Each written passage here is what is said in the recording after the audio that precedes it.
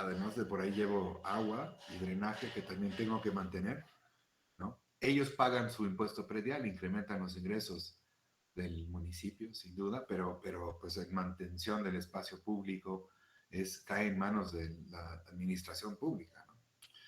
Entonces, pues, oye, ¿qué pasa? Pues las calles tienen una dimensión fija. Por ejemplo, hoy en día, aquí en Jalisco, donde tomé esta foto fuera de Guadalajara, tú tendrías como que una calle mínima de 12 metros, vamos a decir, ¿no? A veces puede tener, en algunos lugares en el país, podrían tener algo menos. 10 metros hemos visto en algunos casos, ¿no? Cuando son retornos pueden tener, cuando es un condominio y es privado, el camino puede tener 7 metros en la calle, ¿no? De rodamiento, ¿no? Más banquetas, vamos a decir. Ahorita vamos a hablar luego de cómo se construyen, ¿no? Los componentes de la calle, ¿no? Como parte de su infraestructura. Pero calles más mayores te llevan a calles menores y estas calles te llevan a tu casa, a tu lote. Tu lote, pues, va a ser en un conjunto habitacional. Realmente para que sea, hay un truco que hacían, ¿no? Que es que tienes un lote, el lote mínimo unifamiliar, por ejemplo, en la mayoría de los estados de la República, se marcaba como 120 metros cuadrados. O sea, pues vamos a decir, un lote muy lujoso tendría 10 por 12, ¿no?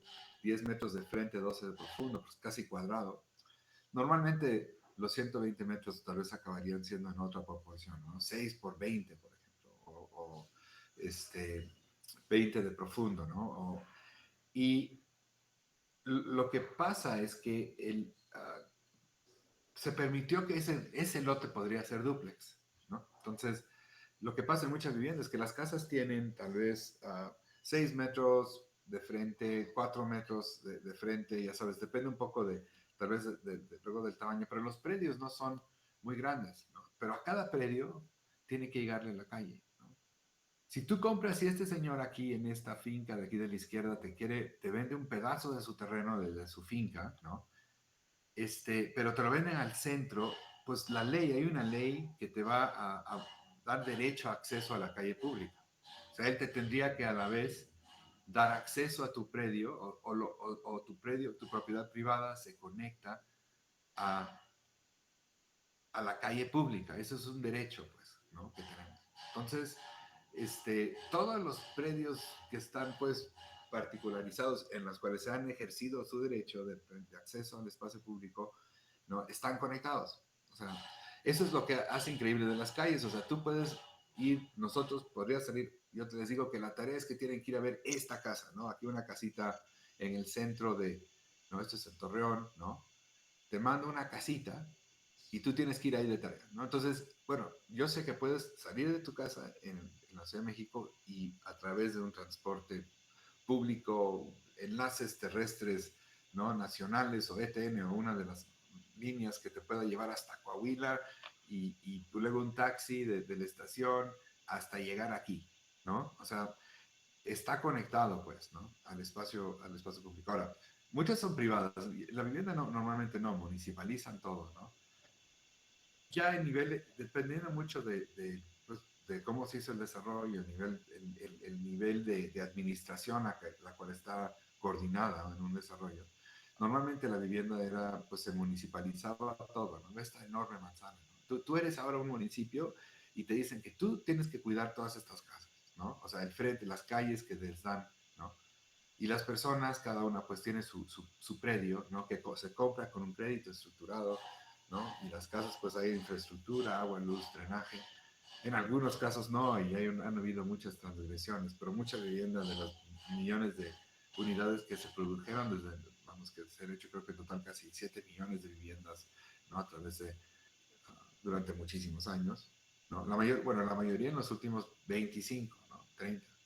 Este, um, entonces, pues imagínense la red, ¿no? Entonces, ¿qué pasa? Bueno, si nosotros fuéramos a ver, mira, este es otro ejemplo, ¿no? De la calle principal, ¿no? Y crecen pues en el suelo agrícola porque es el más económico, ¿no? O sea, al final de cuentas, el crédito de Infonavit para una vivienda depende mucho pues de cuántos metros tiene la casa, pero los créditos pueden comenzar, bueno, hoy en día, no sé, 400 y 500 mil pesos para una casa, hasta pues, no sé, millón y medio, ¿no? y de pesos, ¿no? Y eso ya depende de ubicación, más cerca de la ciudad más caro el terreno, más cara la casa, ¿no? Más lejos pues menos caro el terreno. El costo de la vivienda, pues depende por municipio, pero además, pues un conjunto habitacional tiene que contar con equipamiento, ¿no? Como un área para una escuela, ¿no? Ya, eso ya se coordina con el Estado, ¿no? O la Secretaría de Educación Pública Estatal, donde, ¿no? El equipamiento, si es aceptable la ubicación, ¿no? O sea, hay muchas condicionantes, ¿no? Sobre el acceso a calles principales, ¿no? El parque o deportivo, ¿no? Este tipo de elementos estaban, mira, aquí hay unos jardincitos, ¿no? Al centro de estas como privadas, ¿no? Tienen su área verde al centro, ¿no? Entonces, ustedes están viendo que cada vez más las calles llegan a lugares cada vez más diminutivos, pues, de la propiedad, ¿no? Si estuviéramos viendo el centro histórico, las manzanas son de 100 por 100 metros, es como, no sé, tendría pues, estas manzanas son enormes, ¿no? Hay manzanas aquí que estamos viendo que tienen 500 metros de largo, la macro manzana, ¿no? La micro debe de tener 100, 200, 150 metros de un lado, el lado largo 200 metros, ¿no? Aquí como 100 metros, ¿no? Aquí tienes. Entonces, esto sería bastante parecido. Esta manzana, la grande con la escuelita, no sé si ven mi cursor, pero este, esta manzana sería pues una manzana muy parecida a las manzanas del centro histórico de cualquier ciudad de México, ¿no? O sea, digo, todas las que traen la traza hispana original, ¿no? 100 por 100 metros la manzana, las calles pues 12 metros, ¿no? No sé, llegas a tener tal vez 20% de la superficie es, es calle. En los conjuntos habitacionales, porque las calles llegan cada vez a terrenitos más pequeños y más pequeños.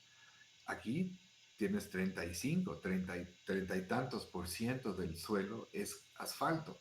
Imagínense lo que eso quiere decir en términos de calentamiento del ambiente urbano, ¿no? Tienes todo ese asfalto negro que está captando calor y es como si la parrilla que originalmente te alimentaba nomás en la calle principal, ahora la parrillita lleva calor a cada centímetro cuadrado, ¿no? En el caso de la lluvia, por ejemplo, pues menos lluvia va a caer al terreno, ¿no? Que se vaya a absorber y ir al acuífero, a acabar pues en el subsuelo.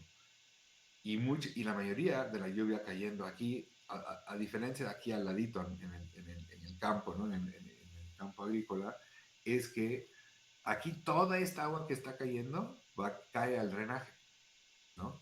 O sea, no, y fluye mucho más rápido.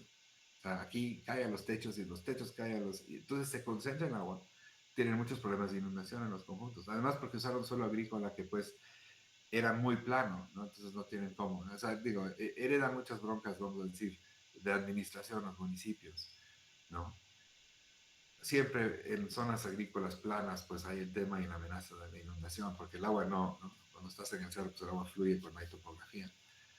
Acá se empeora, se complica el problema, ¿no? Mucha superficie ya como que de captura, ¿no? Y además rápido, fluye.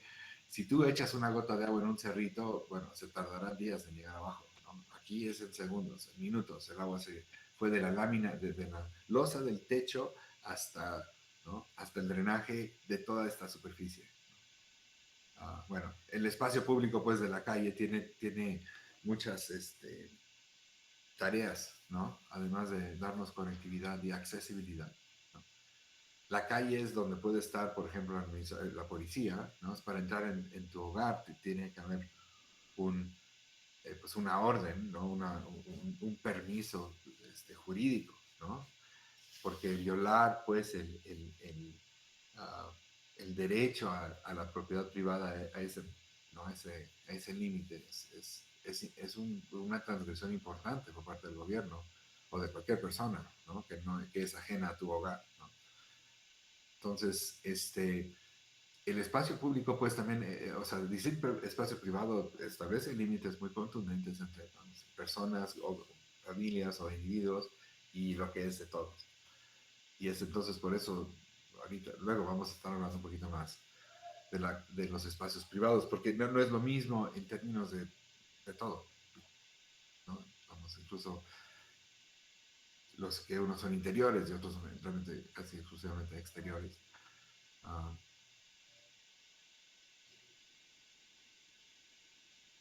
Yo aquí he estado hablando más bien, hablaba sobre la distancia, los desarrollos cada vez, conjuntos habitacionales se hacían más lejos de los centros urbanos porque buscaban solo más y más barato y se conectaban a través de carreteras estatales, ¿no? A veces federales, pero más bien estatales de libre acceso.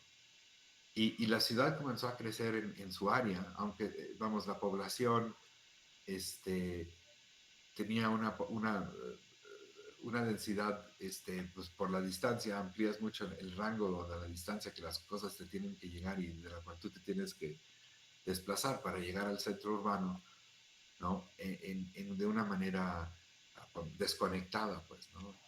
Muchos conjuntos sufrieron mucho de no tener una adecuada atención de transporte, ¿no? Público-privado, ¿no? Y eso es fatal, o sea, se fueron muy lejos, dificultando muchísimo cosas para las personas. Ahora, uno escoge la casa que quiere comprar, ¿no? O sea, digo, el Infonavit o Fobiste dan una hipoteca, ¿no? Que el trabajador, realmente es su dinero que se ha ido depositando durante años de trabajo. Y entonces escoges dónde quieres vivir, digo, si cumple el desarrollo con todo lo necesario en términos de las exigencias del Infonavit, en parte en los espacios públicos. Uh, digo, los municipios realmente son los más determinantes en lo que se construye, no lo que se permite. Pero, bueno, la ciudad se te baja tu densidad, pues, ¿no? La ciudad de Guadalajara, por ejemplo, era más densa en, uh, en 1920, ¿no? 1955 creo que era el dato. La densidad de la ciudad de Guadalajara, que era como un núcleo mucho más pequeño, ¿no? Como adentro de este primer círculo de los 5 kilómetros, vamos a decir, tenía una población, una densidad de población que era como de 110 habitantes por hectárea. Y hoy en día bajó la densidad de Guadalajara, porque la ciudad se hace más grande en kilómetros cuadrados, pero estás bajando, pierdes la continuidad, comienzas a tener como espacio o agrícola o no necesariamente, pues, ¿no? Digo, pero espacio no habitado, ¿no? Este,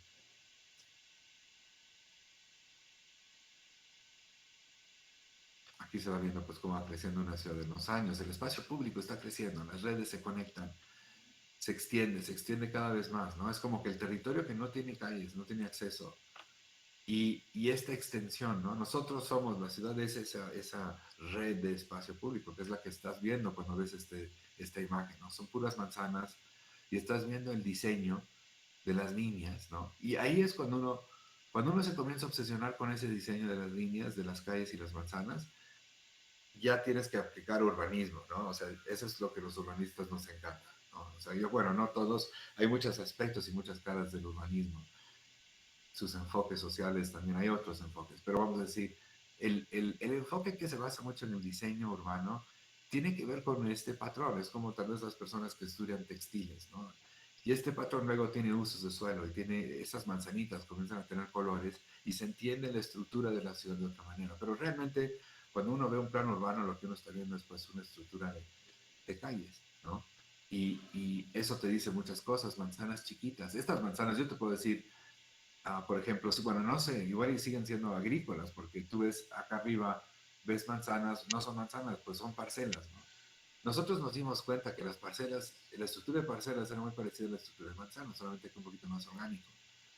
Y hemos hecho proyectos donde pues ahorita les vamos a enseñar uno, ¿no? Que hicimos en, uh, Cuernavaca, no sé si ya lo vimos, Chipitlán, ¿no? Y cómo nosotros, pues básicamente dijimos que se dejara la estructura de las parcelas originarias del ejido y nomás que tuvieran que ser como, cada propiedad tenía que son propiedades de 2, 3 hectáreas, cada propiedad tenía que echar para adentro una calle 10 metros en todo su perímetro, ¿no?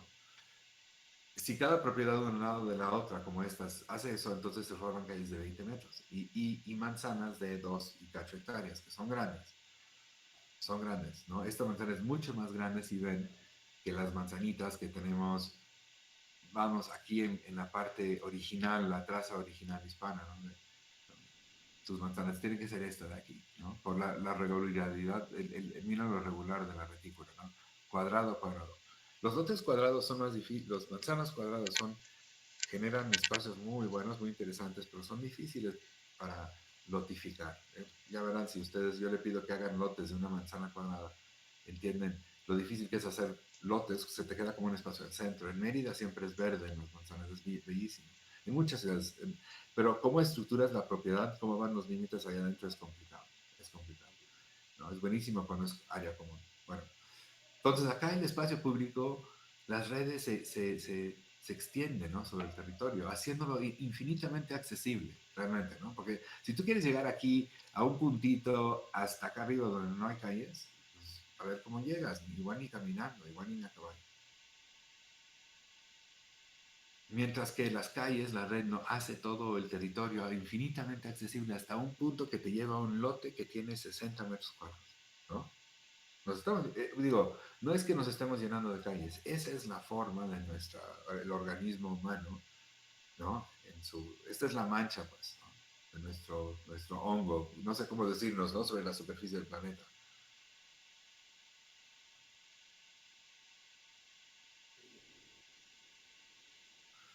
En un análisis típico urbano, pues uno habla de las redes de conexión, las principales vialidades, o sea, además de que esta célula va creciendo, ¿no? Esta red de espacio accesible infinitamente hasta el punto más diminuto del territorio, tiene que jerarquizar sus estructuras de movimiento, ¿no? Porque para sobrevivir respira autos y camiones, ¿no? O sea, nuestra célula, cuando aspira, entran camiones y autos con abasto, información, productos y todo lo que necesitamos para existir en esta configuración. Y exhalamos lo mismo, exportamos, ¿no? La exportación es de las actividades principales que hace que luego una ciudad se vuelva macro, como la Ciudad de México. El crecimiento de las ciudades tiene mucho que ver con su comercio y eso tiene mucho que ver con la exportación, ¿no? Países o lugares que están absolutamente dependientes de puras importaciones no intercambian en la economía, sufren luego, ¿no? Porque, bueno, a su vez, en su subdesarrollo, pues existe luego la posibilidad de que se convierten productores, ¿no? Y exportan su mano de obra, importan materia prima y exportan productos. Como pasa, pues, un poquito de todo en las ciudades. Y esa respiración es a través del espacio público. O sea, porque olvídate del parque, plaza y jardín, el espacio público es la calle. O sea, vamos, yo no sé qué porcentaje del espacio público es la calle a nivel mundial, ¿no? Pero es altísimo. Yo diría que no, casi el 100%, ¿no? No sé, cuando estamos hablando dentro de las ciudades, ¿no? Normalmente el 20, el 25, vamos, analizando la ciudad en grande, no estoy seguro, pero yo diría que aquí vialidad, visto a este rango y a esta distancia, probablemente bajaría su porcentaje, ¿no? Como vas incorporando más terreno que no es, adentro de la ciudad está lleno de terrenos grandes, ¿no? Campos de golf, parques, plazas, jardines, ríos, barrancas, ¿no? Como en Guadalajara.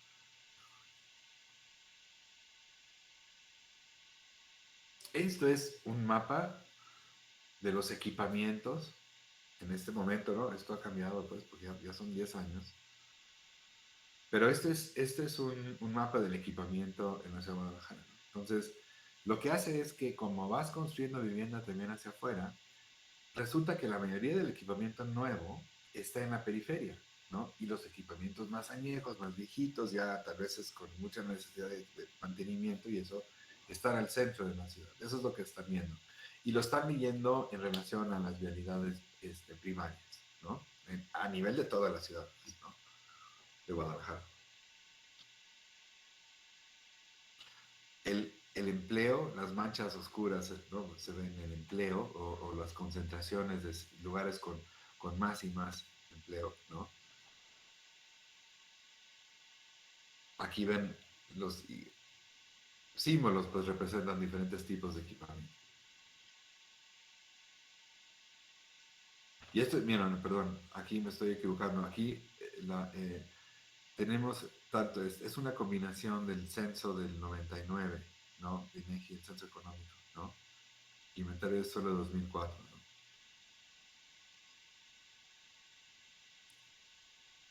Entonces, bueno, aquí estos proyectos son proyectos que yo hice, o hicimos con el despacho, con todo el equipo, ¿no? Bahía de la Primavera en Zapopan, 1200 hectáreas. Esto es en una zona en transición rural, en el borde de Zapopan, donde está el estadio de las Chivas, ¿no? Toda esa zona es aquí está el estadio de las Chivas. Aquí en Bajío de la Primavera, hicimos un plan maestro conceptual para el norte de Guadalajara, del municipio de Zapopan, 7.500 hectáreas, que, que era un lugar bellísimo, un suelo rural, pero que la ciudad ya le está entrando durísimo, tiene esta carretera, ¿no? Hicimos este plan de cómo podría desarrollarse la ciudad, o sea, esquema de calles, parques, plazas y jardines de todo esto. Estaba muy bonito ese proyecto y muy interesante de cómo trazamos las calles primarias, secundarias hasta las locales, ¿no? Para tratar de... Uno de los graves problemas que tienen los conjuntos nuevos es que en su manera como que agregada, que viene uno después del otro, las calles no se interconectan. Entonces, uno de los problemas gravísimos que tiene una de las grandes causas de tráfico, luego, o de concentración de movimiento en las arterias de las calles primarias, es que la retícula se hace descontinua, ¿no? Calles no casan en la retícula. O se hacen grandes privadas, ¿no? Entonces las calles tienen que darle la vuelta. Un club de golf, maravilloso paisaje, lindísimo paisaje, pero luego adentro de la ciudad es un problema, porque le tienes que dar la vuelta a una manzana que tiene 50 hectáreas, ¿no? 120 hectáreas, es una manzana tototota, ¿no? Entonces se concentran tus flujos, ¿no? Cuando lo que la ciudad busca es respirar, ¿no? Tienen que ver las calles como una especie de respiración de nuestra célula, ¿no? Y el oxígeno, que es pues el abasto de todo, entra y sale de esta máquina, que es muy altamente eficiente, ¿no? La Ciudad de México es un poderío mundial, ¿no?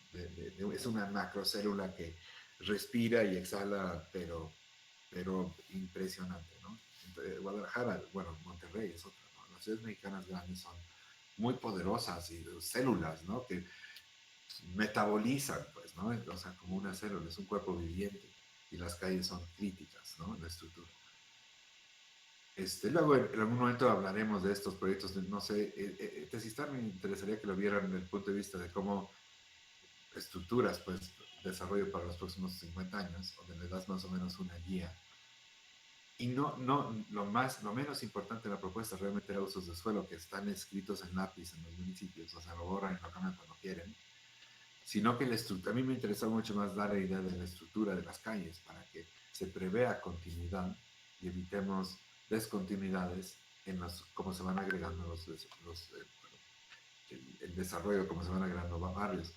Y ustedes ven los proyectos de vivienda como enormes manchas en las ciudades y el desarrollo, o sea, informal, también es una parte importantísima del paisaje, especialmente en la periferia de las ciudades.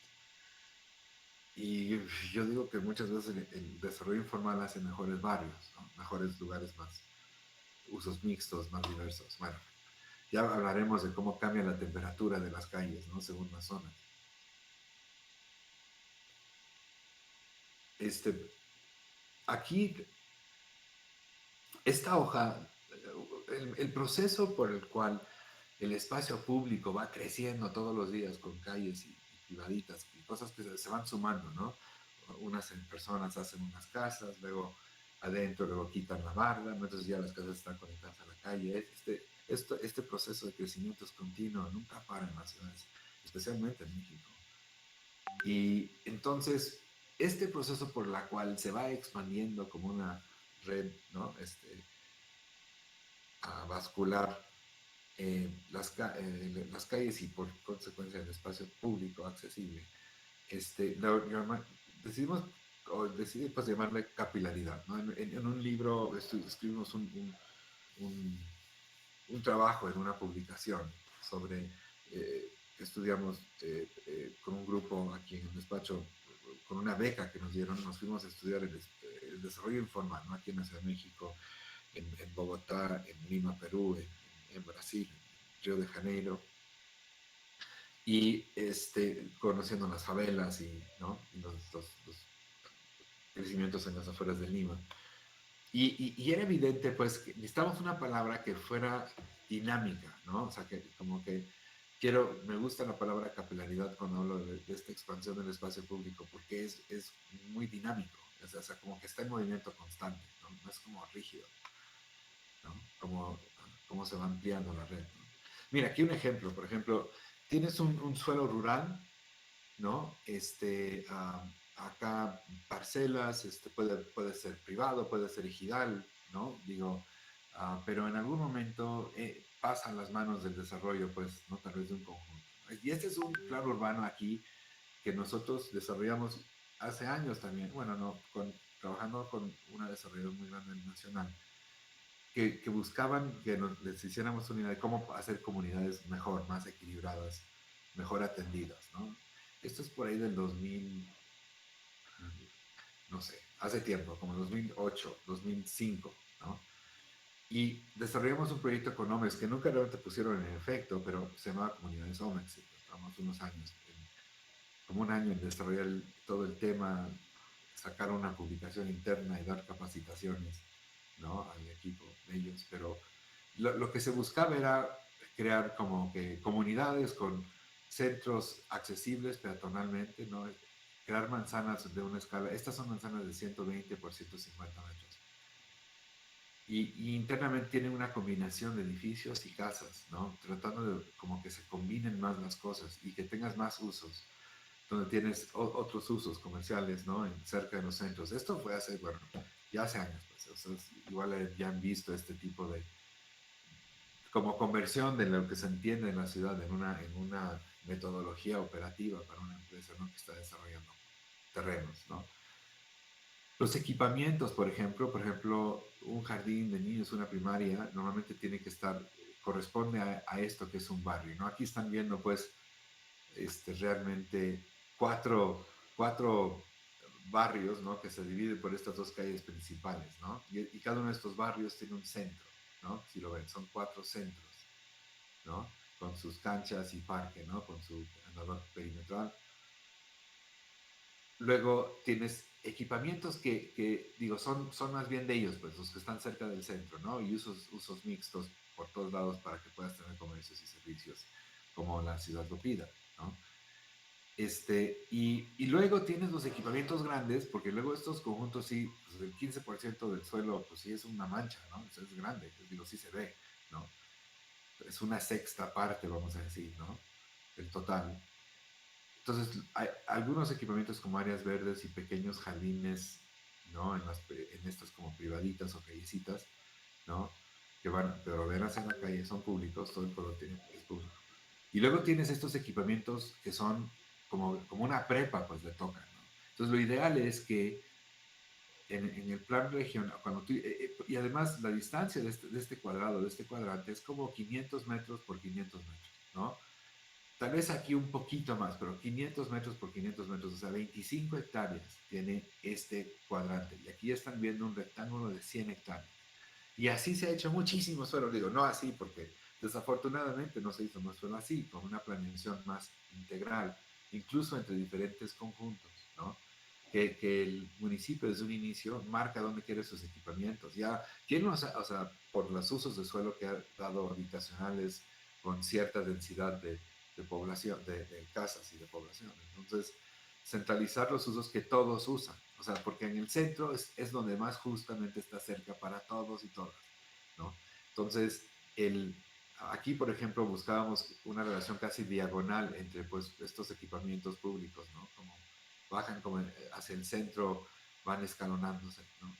Y aquí en el centro de los centros es donde también tienes pues tal vez ya comercios de una mayor escala, ¿no? Un súper grande ¿no? Tienes ya una prepa con un deportivo, ¿no?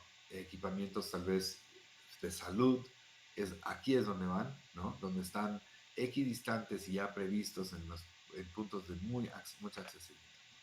Estos como elipsitos, el intento es que son, pues, indicar que en la misma vialidad hay maneras de significar el acceso a un sitio, ¿no? Como enmarcando el acceso principal de calle un poco más ancha con árboles que te lleva como al jardín central, ¿no? Entonces, acá estás viendo cómo en el espacio público de los temas favoritos, yo creo que de muchos, ustedes seguro, son los monumentos, los parques, jardines, ¿no? Y las formas y cómo estas también influyen en cómo lees la ciudad. Por ejemplo, este es un lugar tal vez para un monumento, con un paisaje alrededor. No es el lugar más accesible para los peatones, entonces no hay que entenderlo tal vez como parque. El parque tiene que estar en la esquina de la manzana, donde los peatones no les pedimos que crucen calles, ¿no?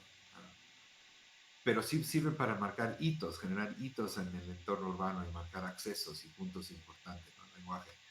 Aquí está viendo pues ya una estructuración del espacio público que está sirviendo también propuestas pues de corredores visuales, ¿no? Perspectiva. Entonces, este campo, esta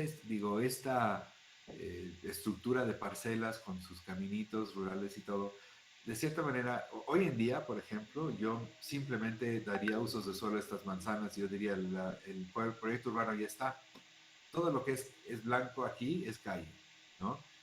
Pero déjenme decirles que tardé unos años no solamente llegar a la pues, el entendimiento que ya las estructuras inherentes en la propiedad estaban, que había que verlas y respetarlas, ¿no? Porque había una como belleza del sitio, una dimensión de profundidad, como de lo que venía antes, de su historia, ¿no? De lo que venía, y además una especie de costumbre de movimiento ya establecida.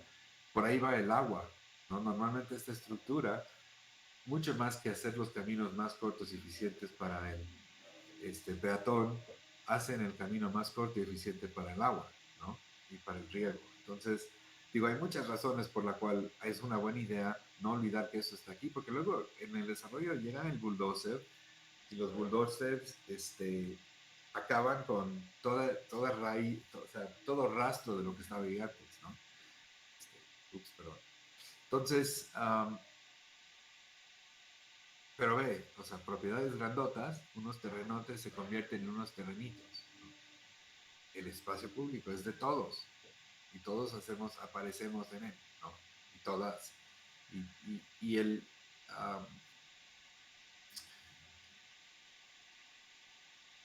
el, vamos, la estructura social, lo más crítico, ¿no? O sea, para que esto funcione requiere tiempo y consolidación, ¿no?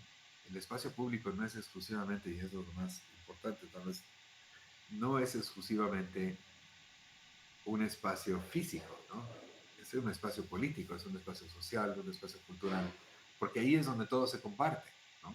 Ahí es donde está la cultura, la política, el dominio de la política está en el espacio público, porque incluso para que la política se meta a tu casa, pues ya es a través, bueno, a través tú la llevas adentro, ¿no? Pero es uh, vamos, sí, definitivamente la llevas adentro. Ni en el espacio privado más privado que es el baño te puedes deshacer de ella en tu cabeza, ¿no? De todo el proceso, de toda la interacción humana en la cual estamos involucrados. Pero el espacio público es el espacio donde se manifiesta, ¿no? Donde es abierta y donde es la naturaleza, o sea, la manifestación. ¿Quién se va a ir a manifestar a esta finca, por ejemplo? ¿No? O sea, una manifestación, nadie te va a poner atención si te vas a meter del campo. ¿No? El espacio de la aparición pública, la manifestación, tendría que ser aquí en el cruce de las calles principales, ¿no? Aquí donde está el deportivo y está mucha gente, y ahí donde está el espacio más público de todos, ahí te manifiestas políticamente para que te escuchen, ¿no? Este, eso es el espacio público, ese es el grado, la dimensión de esta estructura de conexión, ¿no?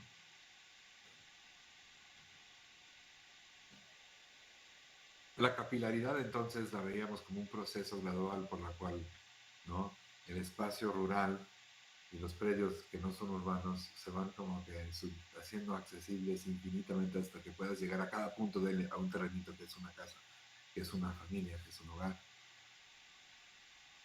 Es un derecho, ¿no? O sea, cuando uno habla tal vez del derecho a la ciudad, el derecho más fundamental es el derecho a tener acceso a ese espacio público de todas las personas. ¿No?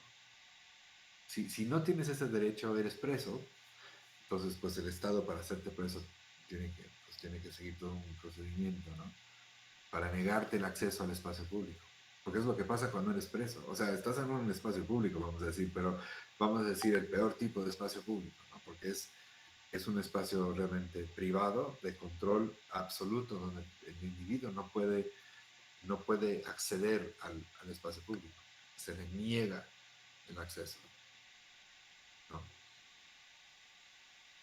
Pero aquí vemos pues la capilaridad como tratando de ilustrar este proceso que es continuo, ¿no? Luego igual adentro de uno de estos terrenitos se hace un condominio, ¿no? O sea, podría ser, ¿no? Entonces, adentro del condominio hay otro acuerdo entre individuos que el espacio común entre ellos es tal y se escribe un régimen en condominio. Su primer objetivo es establecer claramente qué es común de todos y qué es privado, ¿no? O sea, es como una especie de ciudadita dentro de sí mismo un condominio, ¿no? Porque ahí todo el condominio puede ser una entidad que es el condominio San Lorenzo, ¿no? Y en el condominio San Lorenzo, pues van a haber tantos propietarios, ¿no? Que son vecinos y además ellos van a compartir tal y tal callecita para llegar a su estacionamiento y los parques y las áreas comunes son de todos y estas son las reglas, ¿no? O sea, no es el municipio que las administra, sino nosotros mismos y para ese fin cada hogar, ¿no? Tiene que pagar el monto de 500 pesos al mes para la mantención de parques, plazas y jardines internos del conjunto, ¿no? Pero estás haciendo lo mismo, o sea, es un acuerdo entre vecinos sobre qué es de todos y qué es común y cuáles son las reglas que rigen sobre eso. Y en Estados Unidos, como en los clubes de golf, en Estados Unidos, en comunidades que yo viví, te podían exigir, por ejemplo, que el pasto tenía que estar cortado, no podía tener más de 6 pulgadas, o sea, 15 centímetros, no podía tener más de esa altura el pasto, ¿no? Que es bastante, la verdad, ¿no? Uno no lo tenía tan alto, pero si los pastos ya estaban, se veían desordenados, el municipio pues ordenaba o te multaba para que mantuvieras tu pasto cortado, ¿no? Es como un control. Imagínense el municipio, pues, en Suiza, digo, el ruido aquí, perdón, voy a cerrar mi ventana, aquí hay una obra hablando del espacio primario.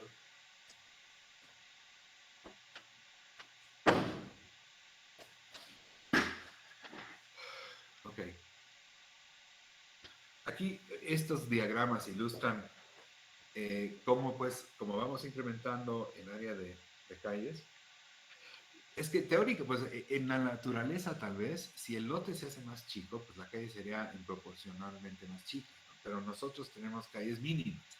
No obstante qué tamaño de terreno, la calle mínima pública es de 12 metros, ¿no? Y tienes tú, pues así, aprovechando bien esos 12 metros, tienes solamente 7 metros de asfalto para coches y todo lo demás lo puedes tener para jardín, que es, o sea, estás hablando de tener 2,50 metros, 2,50 metros de banqueta o de ladera, vamos a decir, y eso lo puedes dividir en una banqueta de 1,20, dependiendo pues del tamaño de las casas, ¿sabes?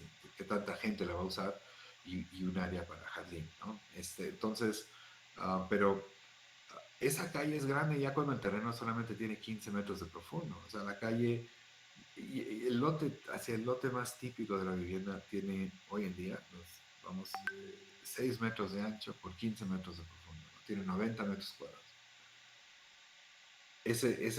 Han ido llegando a ese lote. Es un lote, pues imagínense, si la calle tiene 12, el lote tiene 15 de profundo. Acá en la Roma, la calle tiene 14, ¿no? Pero los lotes tienen 30, más de 30, pues tienen como 35 en esta manzana, ¿no? Donde yo vivo. Entonces, bueno, por lo menos, si pues tienes una calle por 70 metros entre los dos lotes, ¿no? De cada lado de la calle, ¿no? Lo tienes, todavía se siente, no hay tanto asfalto, pues, ¿no? Cuando tú ya llegas a que cada lote tiene más o menos el mismo ancho de la calle, es muchísimo asfalto en proporción al área de tu suelo, ¿no? Ese es un problema, les digo, chicos. O sea, el tema del asfalto, su impacto ambiental, calor, velocidad del agua, no, o sea, área de que se tiene que mantener, ¿no? Los baches y eso, ¿no? Sí se tiene que reevaluar muchísimo. Aquí un poco visto en la tercera dimensión, ¿no? Es como una parrillita, como una guaflera, ¿no? Que se va haciendo, ¿no?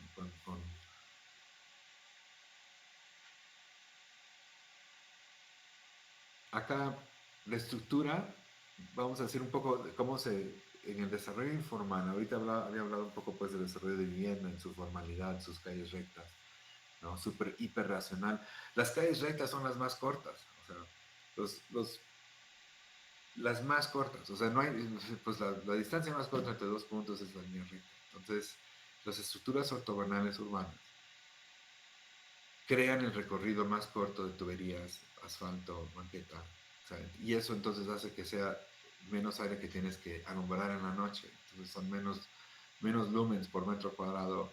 Digo, mismos volúmenes por metro cuadrado desarrollado, pero menos metros cuadrados desarrollados. Entonces la eficiencia de la retícula viene también de la eficiencia del ejido. Por ejemplo, acá estamos viendo una estructura de terrenos de un ejido en las afueras de la Ciudad de México, cerca de Texcoco, y el, las besanas, como se llaman, ¿no? Los ejidatarios, pues cada ejidatario podría tener una besana. A veces pues habían más, no sé, no necesariamente era una besana por ejidatario, pero aquí en este caso sí, ¿no? Entonces tienes tú, este rectangulito, este terreno puede tener 400 metros de largo por 100 metros de ancho. No, perdón, mucho más, perdón, 40 metros de ancho, ¿no? Por 400 metros de largo. 40 metros de ancho, 400 metros de largo. Entonces es 1 a 10, ¿no? Y tienes, esta estructura es muy buena para varias cosas. Si tienes un canal de agua, ¿no? Si las líneas blancas estas que parecen calles, pues son canales de agua, ¿no? De riego. Entonces el riego se entrega pues a muchísimos propietarios, ¿no? O sea, nadie abarca un gran frente del agua. Entonces todos le llegan al agua, ¿no? Y a la vez, la estructura de un terreno así muy largo favorece mucho al agricultor, ¿no? En la manera en que se trabaja el suelo, ¿no? En líneas rectas, daban la vuelta, digo, estaban todavía en maquinaria manual o a caballo o con maquinaria de diésel, ¿no? Ya motorizada. Es muy eficiente, pues que vas como en líneas muy rectas, el agua la puedes mover de una manera muy eficiente, ¿no? Desde el canal de agua hacia la semilla, vamos a decir, ¿no? Lo interesante es que estas estructuras, cuando ha habido mucho desarrollo informal en la Ciudad de México, donde pues solamente una parcela decide que va a hacer unas casitas, van a hacer, ni eso, van a hacer unos lotes, trazan una calle al centro de la manzana y lotifican a los lados, ¿no? Entonces es como una gran privada, pero tiene una dimensión tremenda, ¿no? Porque una manzana de 100 metros por 100 metros, si tú sales de la puerta ¿no? del terreno donde vives, tu espacio particular, y le das la vuelta a la manzana, pues caminaste 400 metros. O sea, digo, tú dices, ¿no? 4 lados por 100, vamos a decir, no caminaste 400 metros. En una besana que mide 400 metros de largo, o sea, tienes 800 metros de regreso, ¿no? Más 80 entre los dos frentes, ¿no? Entonces, estás hablando de un perímetro de 880 metros. Es una manzana muy grande. Eso solito, vamos a decir, ¿no? Entonces, la estructura de la besana no necesariamente hace la mejor estructura, pero así es como la hace crecer, ¿no? Entonces, vas viendo acá, mira, aquí en este ejido, ¿no? De que Sistán, este, se ve, tomamos esta vista al lado de un conjunto como de urbi, de vivienda de interés social, una vivienda, pero pues típicos lotes pequeños, ¿no? Muy ordenado con su parque y su calle recta, infinitamente largas tiras de casas, ¿no? Y aquí lo comparas con en esta parte del ejido, pues estaban en un proceso, es lo que llamaríamos como una consolidación temprana, una consolidación mediana de desarrollo, ¿no? Se está poblando, pues, ¿no? Va teniendo talleres y tiendas y poco a poco, digo, no, desafortunadamente la manzana larga hace, mira, si tú decides que quieres abrir una tienda, ¿no? Que vas a abrir tu salón, ¿no? Para un salón de belleza, ¿no? Para todos y todas. Entonces, si lo pones al centro, o sea, para que alguien llegue a tu salón, tiene que caminar muchísima distancia. Digo, si hubiera una calle a media besana, vamos a decir que atravesara tu salón sería muchísimo más accesible para todos, porque pues hace, digo, una estructura que no tienes que darle la vuelta a una manzana tan larga. Entonces, esta estructura de manzanas no necesariamente es la mejor en lo que presenta como pues suelo desarrollable vamos, para usos como comerciales, ¿no? Por su accesibilidad. Eso es una desventaja, ¿no? Además de que pues, largas tiras hacen largas distancias para los peatones. El, el conjunto habitacional, digo, en su uniuso, donde no está permitido ningún comercio ni ningún nada, tampoco, digo, es tan bueno, porque digo, aunque igual y tengo más capilaridad en términos de calles, pues si no hay a dónde ir, digo, ¿no? Si no tengo para dónde comprar una paleta, entonces, pues, digo, ¿para qué sirve una calle? Entonces, digo, el uso mixto es crítico. Los barrios informales tienden a ser muchísimo más diversos en sus usos, porque todo es permitido, pues, todo, puedes tener tu casa y tu taller ahí, ¿no? Digo, así es.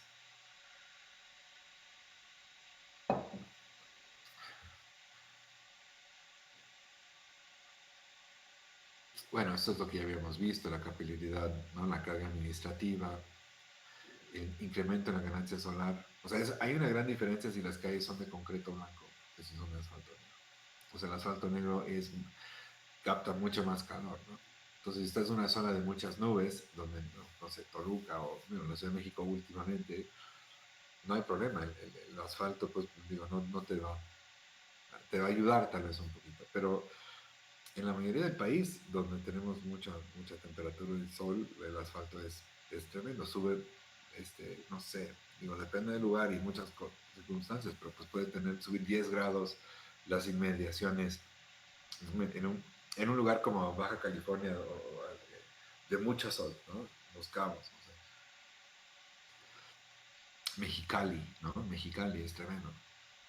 Incremento de captación de agua pluvial, incremento de su velocidad. O sea, en vez de que el agua se absorba, se mueve y se concentra y se va, ¿no? Y hace mucho daño en el camino. Y el volumen al alumbrado público y su consumo de energía. Aunque yo creo que este ejemplo estaba mal logrado porque el alumbrado es como de lo bueno del espacio público, de las calles. Si hay calle, pues tiene que estar alumbrada, ¿no?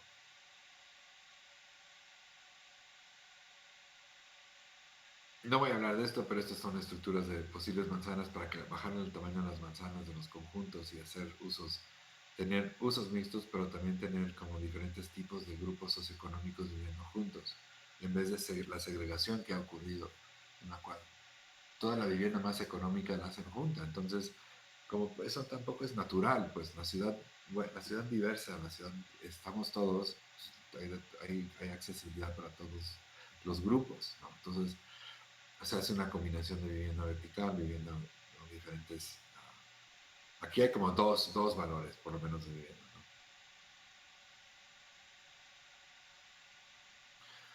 Sí, yo creo, mira, hasta ahí yo creo, yo iba a hablar de esto, ¿no? Ah, ¿Alguna pregunta? Un, un- un break de dudas o preguntas, comentarios. Por Sí, aquí yo mismo. tengo... Ah, perdón, Aline. No, te iba a decir tu duda del ejido y la manzana, ¿no? Ajá, Pero, bueno, esa es una duda, que cuál es la diferencia entre el ejido y la manzana y no me quedó muy claro lo que es capilaridad. No sé si me lo puede repetir, por favor. claro, claro, o sea, déjame apuntar nomás rapidísimo. A ver. Ejido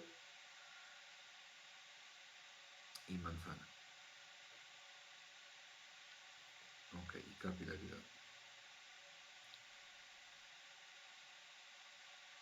Bueno, la verdad es que no expliqué muy bien qué era un ejido. Tienes toda la razón, ¿eh? Ese es, um, el ejido normalmente bueno, es una comunidad, es una estructura de propietarios comunes que tienen, vamos, son propietarios como con un territorio en común, ¿no? Todos sus elegidos fueron creados como um, unidades de producción agrícola, ¿no? O sea, podría tener cientos o miles de hectáreas, ¿no? Y el ejido pues se le asignaba, o sea, se creaba en base a estos propietarios que podían ser de ahí, llegaba la agencia ¿no? ¿Cómo sería? Ni me acuerdo bien, Aline, el nombre. de la, no sé si era una secretaria de desarrollo rural, no, estaba hablando en los años 30 o 20, después de la revolución, cuando comienzan a estructurar los ejidos. El ejido es una comunidad rural, es una estructura de propiedad que designa en lo que es el área común, lo que son los terrenos particulares, lo que es la zona urbana, ¿no? ¿No? Y terrenos comunes también, que no necesariamente son urbanos, ¿no? Pueden ser también áreas exteriores, ¿no? Definía pues el acceso al agua, ¿no? Por ejemplo, los predios y para el uso para riegos. En algunos casos, no todos los ejidos tienen canales de riego, pero depende también si son lugares donde están ubicados en el territorio nacional. Pero es una unidad uh, que bien merece tal vez una presentación. O sea, no, tendríamos que tener... Aline, no sé si Aline, has estado trabajando mucho con el registro, con el RUA, ¿no? Si quieres, adelante, Aline. Registro Agrario Nacional. Sí. A ver, háblanos un poco. Te pido Bueno, me ayudes con la definición de elegido en este sentido. sí, como comentaba Richard, el ejido surge de esta idea pues revolucionaria de repartir la tierra, ¿no?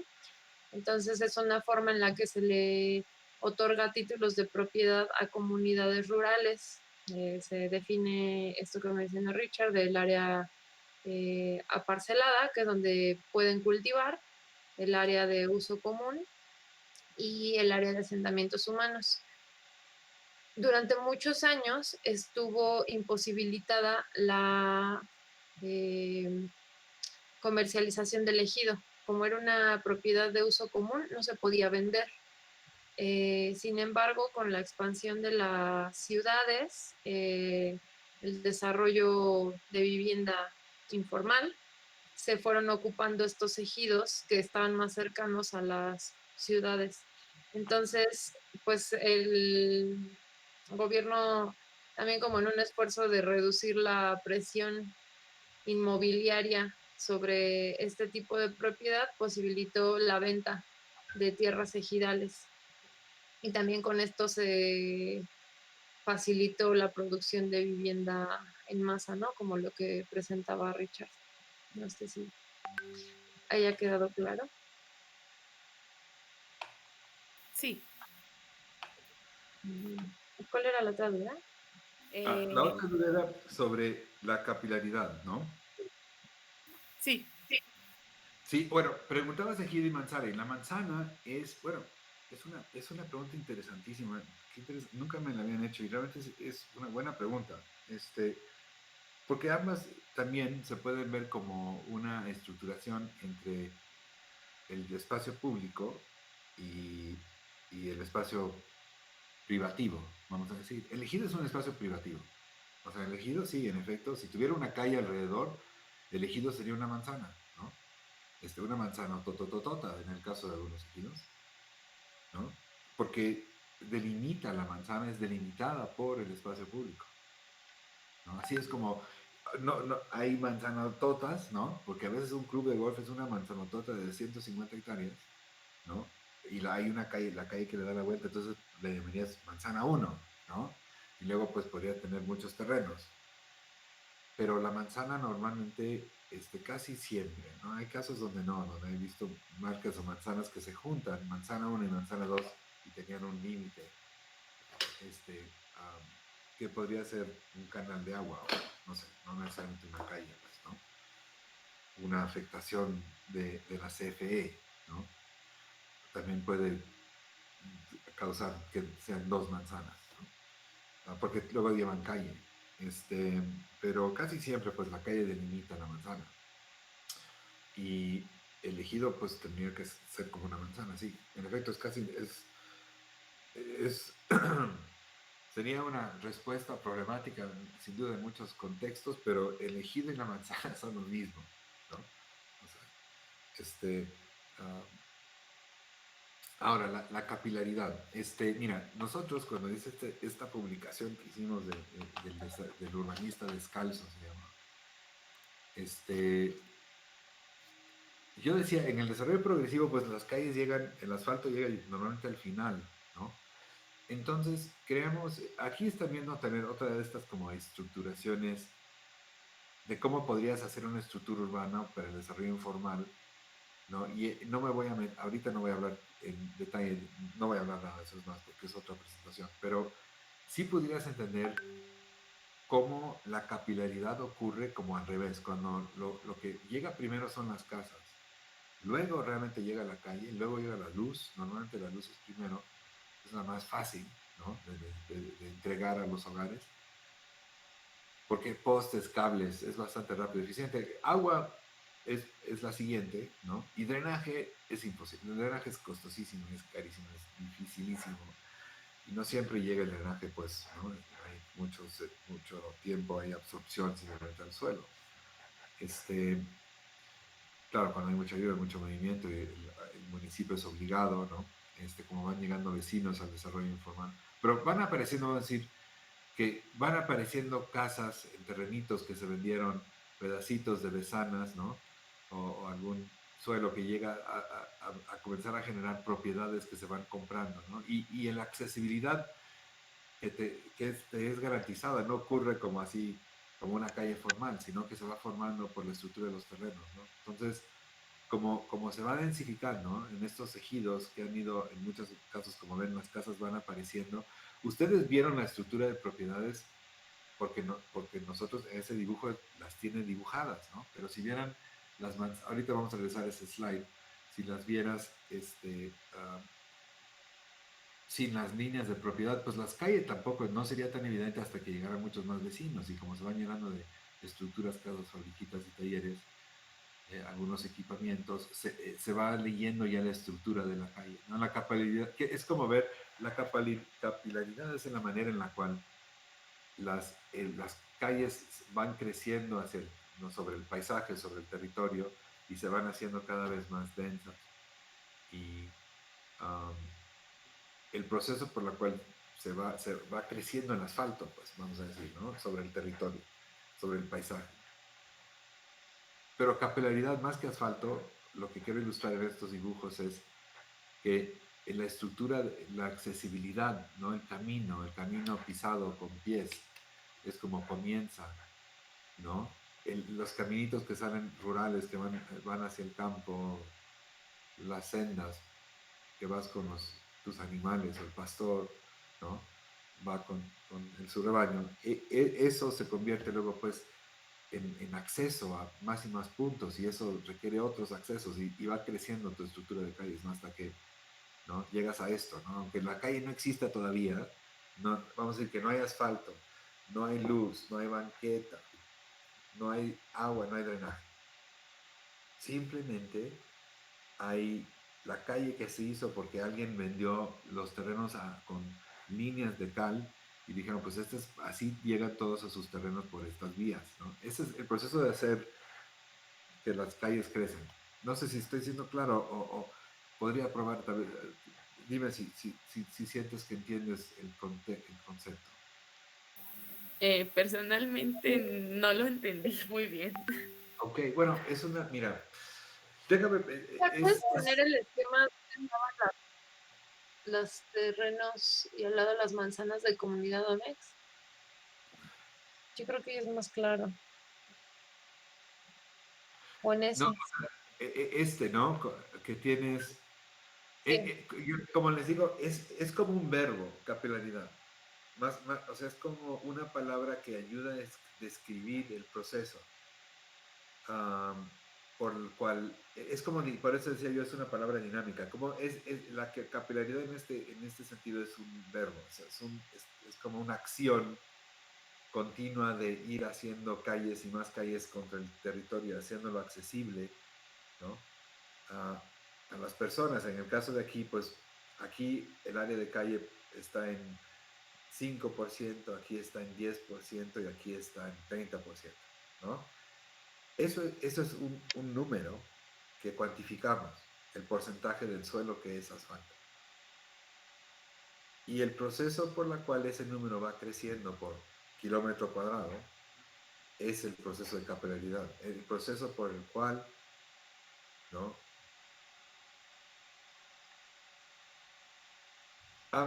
Trata de, o sea, en vez de decir la ciudad crece contra el territorio, a veces sus calles públicas,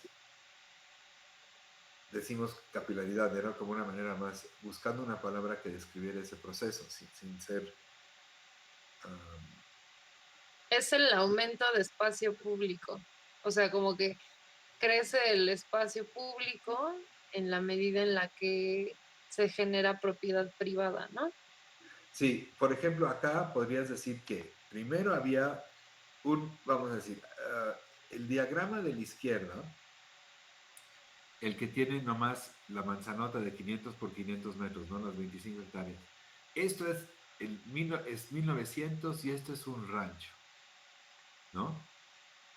Este es un rancho de 25 hectáreas, ¿no? Luego ocurre la revolución y pues ya desaparecen o mueren o los propietarios y se queda nomás un casco de hacienda y suelo que era cultivado, ¿no? Entonces el suelo se lo organizan tal vez los que trabajaban ahí, ¿no? Llega el gobierno y dice, bueno, pues ustedes ya se hacen cargo de esta finca y se la dividen entre ustedes, ¿no? De esta zona. Con todo, pues, todo el tema de la revolución, la repartición de nuevo del suelo que había llegado a estar demasiado concentrado, ¿no? En manos de pocos, ¿no? Como que la red, ni modo, es como un impuesto, ¿no? Llegan y toman la propiedad y se dividen, ¿no? Entonces, déjame aquí.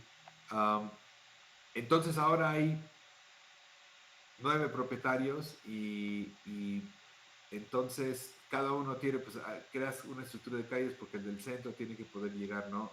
Al primer tienes una calle perimetral. Esto es 1900. Aquí estamos en 1930, vamos a decir. En 1930, pues ya son, cada uno de estos tiene agua de acceso, además calles que llegan a su manzana, ¿no? Cuadradita, una de nueve familias, del Y el ejido. espacio público pasó de 1.5 a 25% y la propiedad privada bajó de 98.5 a 75%. Y ahora lo que pasó mucho en México en los ejidos periurbanos es que ahora la familia, por ejemplo, Ramírez, que vive no ha tenido acá su operación agrícola y todo, pues ya los hijos, la hija estudió, se fue a la UNAM y estudió biología, bioquímica, ya está trabajando y pues ella no puede trabajar el campo, ¿no? El papá muere, la mamá pues ya pasa a la siguiente generación, vamos a decir. Y los 4 hermanos, hermanas y hermanos, vamos a decir, ellos deciden que van a dividir ¿no? el terreno en 4 partes, ¿no? Y cada uno se va a quedar con uno y pues quieren fraccionarlo, ¿no? Entonces necesitan calles para poder hacer terrenitos que van a vender ya a familias urbanas, ¿no? Vamos a decir, ya no agricultores, sino gente que quiere poner ahí su casa y luego ir a trabajar y luego regresar, ¿no? Y estar en su casa. Entonces, esto es 1980, vamos a decir, ¿no? Entonces, ¿qué pasó? Durante 80 años, porque estamos hablando el reloj de tiempo es muy grande, ¿no? O sea, cuando yo hablo, ¿qué pasó aquí? Pues, ¿cómo describo yo este proceso de subdivisión y accesibilidad a puntos cada vez más pequeños del territorio? Capilaridad. Entonces, no había una palabra que lo describiera, por eso buscaba, o sea, cuando estábamos escribiendo con la urbanista Mayra Gamboa, también de la Facultad de Urbanismo, bueno, no, egresada de la UNAM, no sabíamos cómo hablar, pues necesitábamos una palabra, además la publicación es en inglés, se hizo en Estados Unidos, entonces, pues buscábamos una palabra que describiera esta dinámica por la cual esto está pasando. Eso es capilaridad. Si yo te pregunto, oye, ¿qué es capilaridad? Pues dices, oye, es el proceso por la cual en el tiempo el suelo, cada vez hay más y más calles en un área específica, en un territorio específico en 1 kilómetro cuadrado, ¿no? Donde antes había, estos son medio kilómetro por medio kilómetro, ¿no? 500 metros por 500 metros. Esto tiene 25 hectáreas. Si tuviera 1000 metros por 1000 metros, serían 100 hectáreas, ¿no? Son 100 hectáreas, ¿no? Entonces, Digo, así es como es una descripción, te digo, es un verbo, no sé, piénsalo y, tengo una traducción de este capítulo del libro, igual y ayuda a que entiendas como este proceso por la cual se va creciendo contra el paisaje, ¿no? La ciudad. ¿Alguien más tiene la duda? Digo, me obliga pues a tal vez repensar la manera en que comunico la idea, porque es un concepto de urbano, muy urbano, ¿no? De especialista, digamos, pero el paisaje, la razón que yo estoy en paisaje es que, pues, díganme ustedes si no creen que esto no representa un reto enorme para la arquitectura de paisaje, porque el espacio público es el dominio de la arquitectura de paisaje, ¿no? En mi opinión, por eso me interesó muchísimo en el tema de paisaje, como lo entendemos ya aquí, ¿no? El efecto que tiene como el territorio de acción de, de, del paisajista en el entorno urbano, ¿no? Porque es un espacio de acción colectiva, pues no es el espacio privativo. O sea, sí puedes hacer jardines y diseñar paisaje adentro de lo privado, que también es importantísimo dominio de trabajo, pero aquí es un reto importante, ¿no? Para lo que es común, lo que crea la sociedad. ¿Ok? No sé, ¿cómo ven?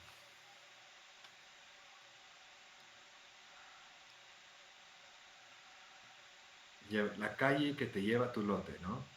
La calle que te lleva a tu lote. Tiene que llegar la calle. Entonces, si eso era todo aquí en esta presentación, es más, no tenía la intención de enseñar, ¿no? Hay otras cosas en la operación, cuando veamos el ensayo, hay temas como el dominio del territorio público, ¿no? Tenemos, ¿no? Mira, el proceso de capilaridad, tal vez, a ver, igual esto te ilustra otra vez más como que la acción, ¿no? Vamos a ver. No tenía la intención de enseñarles esto, pero por eso este sí está, ¿no? Acá se ve, acá abajo, se ve la mancha urbana de Guadalajara, donde tienes casas, casas, casas y calles continuas, y estás en un borde norte de Guadalajara, donde pues la ciudad y sus calles y sus terrenos gradualmente se desvanece y se convierte en campo, ya con caseríos o otros centritos de población o pueblitos, pero ya separados y rodeados de suelo agrícola, ¿no? Esta región que corresponde al municipio de Zapopan, este es el mapa que delimita el municipio, ¿no? En la parte norte del municipio de Zapopan, que es muy grande, ya tenía una parte, una sexta parte, vamos a decir, que ya era ciudad de intensa Guadalajara con unos ejes, ¿no? El aeropuerto militar, vamos, que se ve acá abajo, pero ya venían los conjuntos, comenzaban a aparecer en este paisaje, aquí arribita, un conjunto de una empresa de viviendas muy grande con una intención de hacer 10.000 viviendas en 250 hectáreas, algo así, ¿no? Ya un terreno, ya con pool, pues, o sea, ya van los camiones, ya tenían que mandar por basura, ya tenían que, pues, se hace una escuela, ya comienza el flujo de la ciudad hacia ese centro de población. Y comenzaba, y un club de golf enorme, y suelo protegido, entonces, y ya me conoció, y estuve como por el trabajo que habíamos hecho en Bajío de la Primavera, pues el director de desarrollo urbano del municipio dijo, oye, porque yo le hablaba, que yo le insistía que lo único que importaba era, lo más importante para tratar de ordenar un poco más el desarrollo en Zapopan, era obligar a que se cumpliera con una estructura de calles.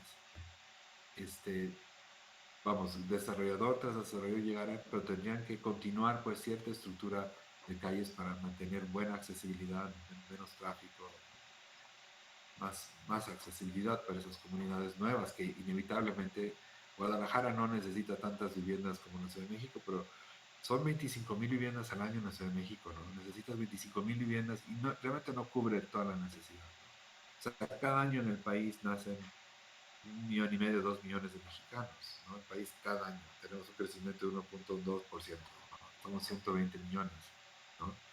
son 1,5 millones de personas al año nuevas que llegan entre nosotros. Y sí hay los que mueren, pero ahí vamos, todavía con un desarrollo, o sea, 1,4% de crecimiento en población anual. O sea, es un poquito más nacen que fallecen. Pero de todas maneras son 1,5 millones de personas, 2 millones de personas a nivel nacional, ¿no? Quiere decir que en la Ciudad de México, pues, podrías estar hablando de tener de esas 2 millones, pues, 200,000 o 300,000 personas que nacen cada año. ¿Y cuántos hogares se crean cada año? Pues son, en la Ciudad de México, digo, de créditos para vivienda, son 25,000 al año, ¿ok? Y podrían ser entre las casas, también las casas que son subdivisiones de otras propiedades o desarrollo que no es o progresivo o informal, pues probablemente estás hablando de 50,000 hogares nuevos cada año, ¿ok? Para la zona metropolitana, pues, del Valle de México.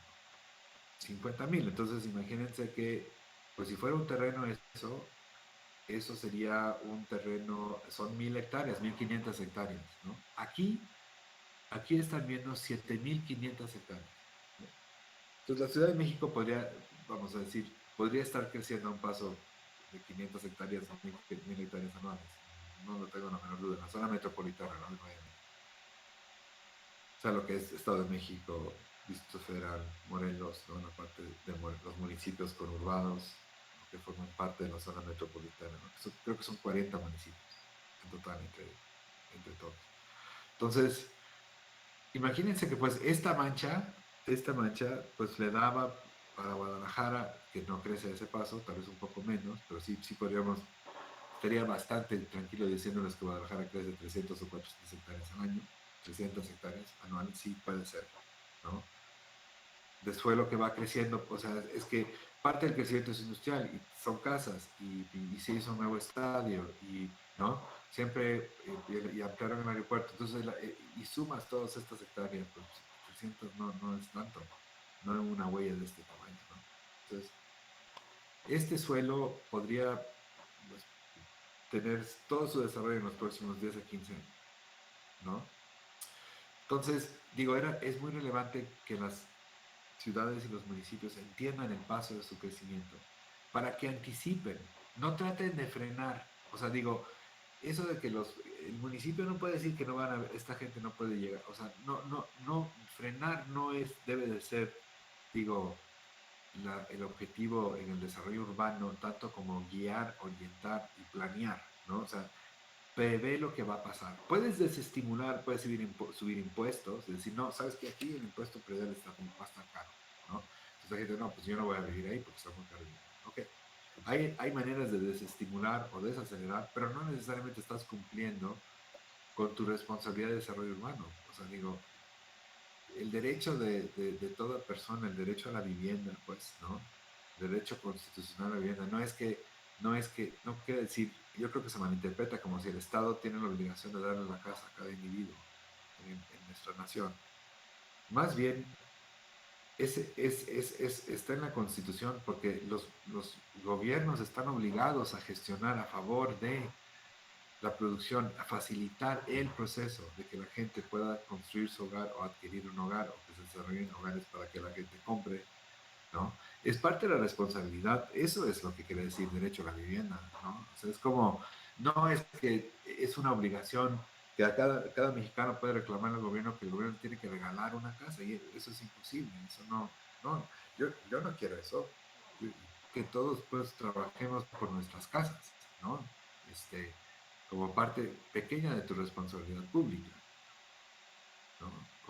Como comportarte bien en las calles, en el espacio público, respetar las señales, todos los acuerdos entre nosotros, el semáforo, la velocidad, al peatón, ¿no? Digo, todo eso, digo, nosotros, nuestras reglas de espacio público representan una enorme responsabilidad para nosotros, pues, de cumplir todos los días y en toda ocasión, ¿no? Pero bueno, la idea aquí era trazar, ¿no? Trazar. ¿Cómo puede crecer la retícula a futuro? Entonces, pues ya habían calles, ¿no? Este es el conjuntote del norte del valle, acá arriba de las 10,000 viviendas. ya tienen calles rurales, casi todo es campo, pero ya hay estructuras, nosotros decíamos, yo le había dicho al director, es que hay estructuras, vamos a seguir las estructuras que existen, porque si los agricultores saben muy bien cómo moverse por su territorio, el mejor camino para ellos o para sus animales, ¿no? O sea, o el más eficiente para mover el producto agrícola, pues, los caminos, evitar el suelo malo, evitar barrancas, o sea, digo, los caminos rurales normalmente son muy lógicos y están muy bien, ¿no? Por experiencia. Pero aquí viene la ciudad creciendo, en la capilaridad viene presionando. Esta mancha café, ¿no? Está manchando, está manchando. Nuestro trabajo como urbanistas no es estar del lado yo necesito facilitar este proceso y hacerlo lo mejor que se pueda para el bienestar de estas personas, ¿no? Digo, si me la paso yo peleándome con el desarrollo urbano, no necesariamente estoy cumpliendo con mi obligación como urbanista, ¿no? A veces nos exigen, pero no te importa el medio ambiente. Sí, por supuesto, es crítico, ¿no? Pero nosotros, no, digo, mi trabajo es facilitar esto, que se haga de la mejor manera. Yo no digo que no estoy aquí para decir, no, mejor resistan, resistan como puedan, ¿no? No, o sea, digo, eso crea un desorden terrible, porque nadie tiene el poder de resistirlo, realmente, en México, ni nuestro presidente ahora, ni ningún presidente de la República ha podido frenar el desarrollo urbano, o sea, por eso lo sabemos, ¿no? Y es porque no debes de frenarlo, debes de guiarlo, ¿no? Y en muchos casos tenemos muy buenas ciudades, digo, ha habido muchísimo éxito durante muchísimos siglos, ¿está bien? Entonces, acá están viendo ya la estructuración de calles primarias y secundarias, o sea, calles de 50 metros de ancho y calles de 30 metros de ancho, ¿ok? Todavía no hemos llegado a las locales, ¿no? Las de 15 metros de ancho, ¿no? Bueno, aquí también, aquí sí veo, aquí sí estamos, no, las locales todavía no están en el conjunto habitacional. Mira, el conjunto ya tenía sus calles y utilizamos los caminos existentes rurales para hacer primarias y pues nos fuimos proponiendo la estructura de manzanas hasta llegar a macro manzanas, ¿no? Como los centros de comunidad. Identificamos diferentes comunidades y procuramos habían barrancas y cosas bellísimas. Entonces, tratamos de generar centros que vayan previendo sus centros donde debe haber equipamientos ya pensados, pues. O sea, no esperar a ver cómo, sino que ya tienes un plan de más o menos cómo se tiene que desarrollar la zona para que tenga buena conectividad, buena escala, centros locales de distancias peatonales, o sea, las personas pues no deben más de 500 metros o a lo mucho pues 1 kilómetro de centros de equipamiento locales, parques, plazas, jardines, escuelas, ¿no? Mercados, centros de consumo. Entonces, orientar los centros para estas ciudades o pequeños pueblos, algunos caseríos ya existían, ese es el núcleo urbano, ¿no? Entonces, la estructura de calles responde a la topografía, a los elementos geográficos, donde había ya un puente bastante bueno, de piedra, decíamos, bueno, digo, por ahora, pues ahí está el puente, ¿no? Digo, entonces la calle te lleva, la primaria cruza la barranca donde ya hay un puente.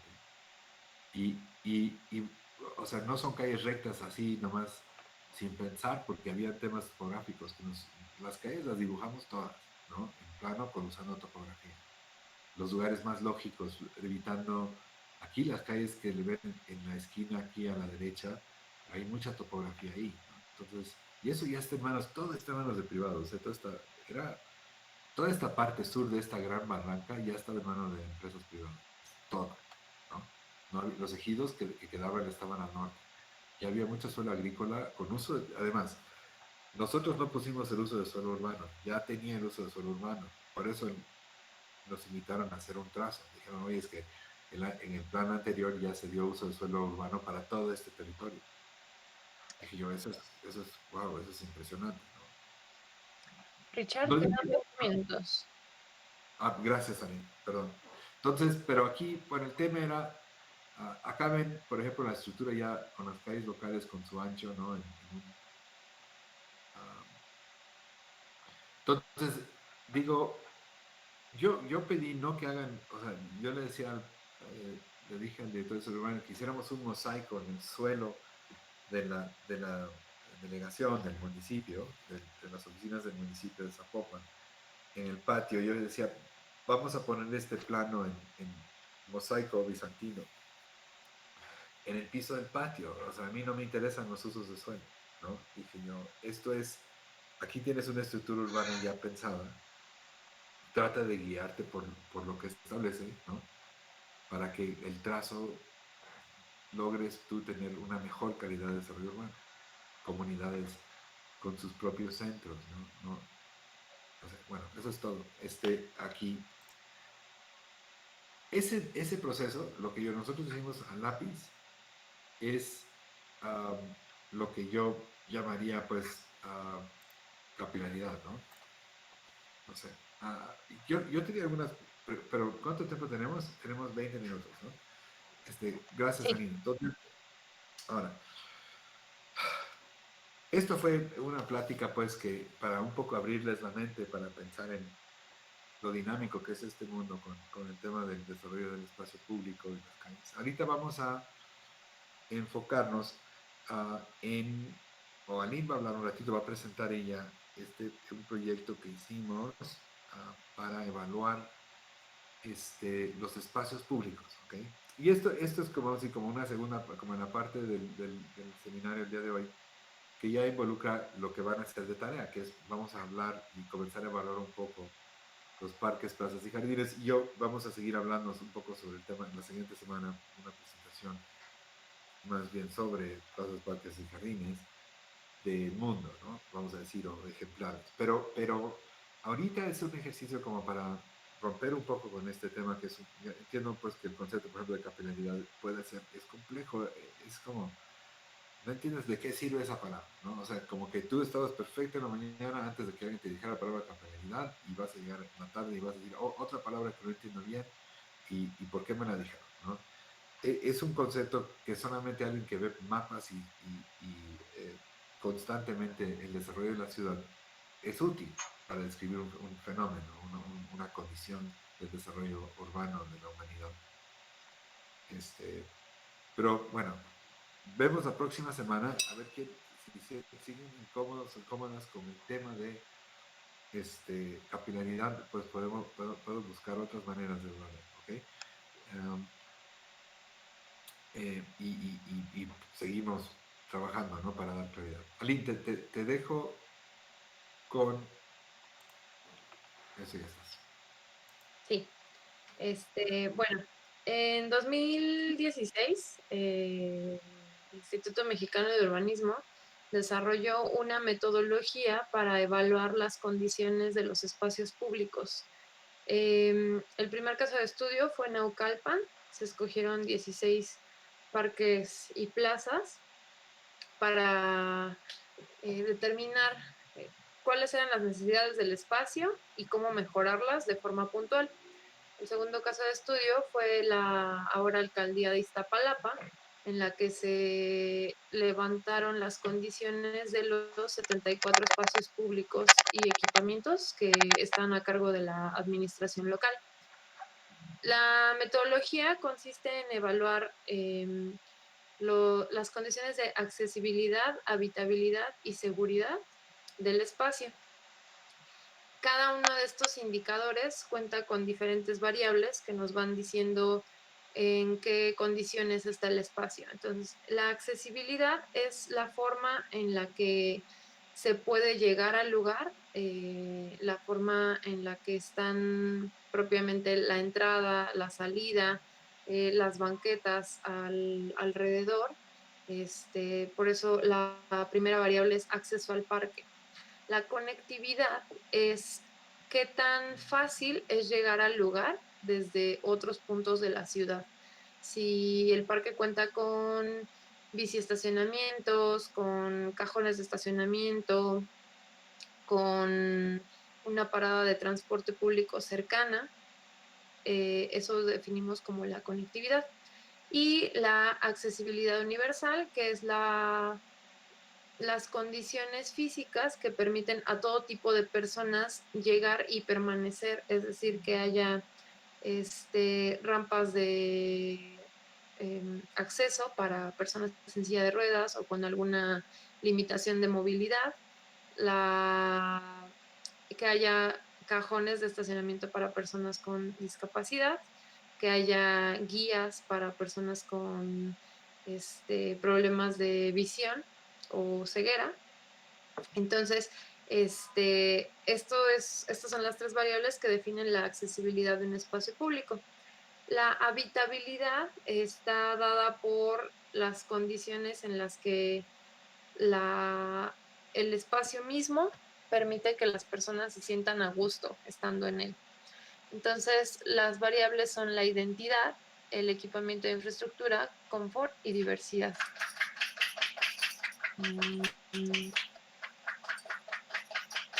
La identidad es la imagen que se expresa en el espacio y la forma en la que es claro para qué es el lugar. Es decir, si es un skate park, por ejemplo, o si es una multicancha, ¿no?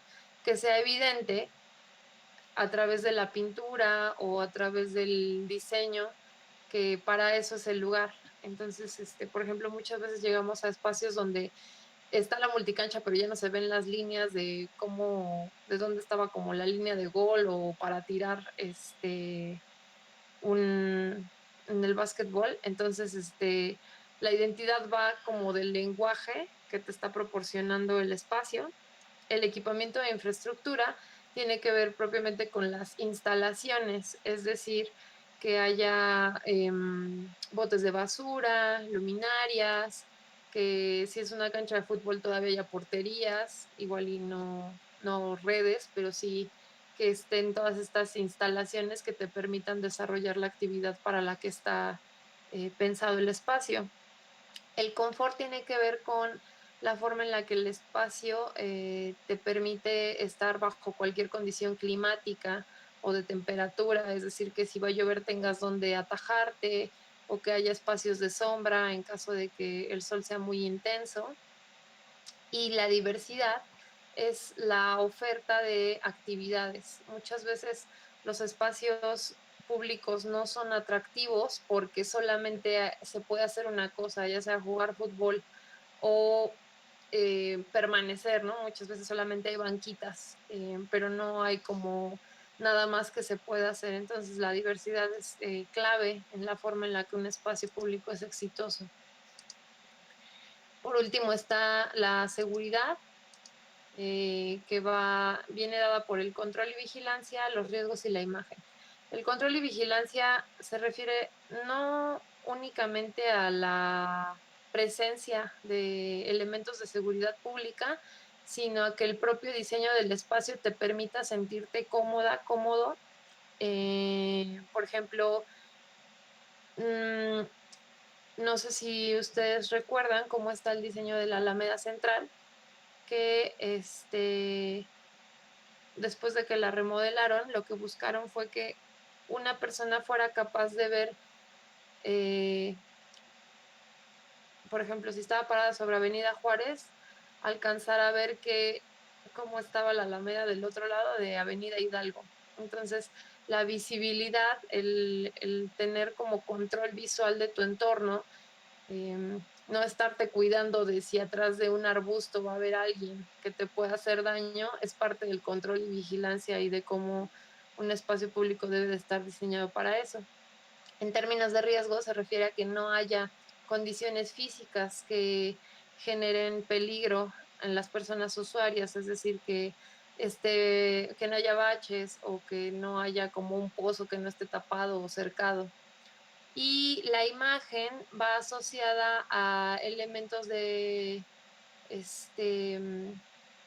arte público, mobiliario, todas estas elementos que le pueden ir dando un sentido de cuidado, porque muchas veces los espacios públicos están descuidados en el sentido de que ya no hay pintura, las bancas ya están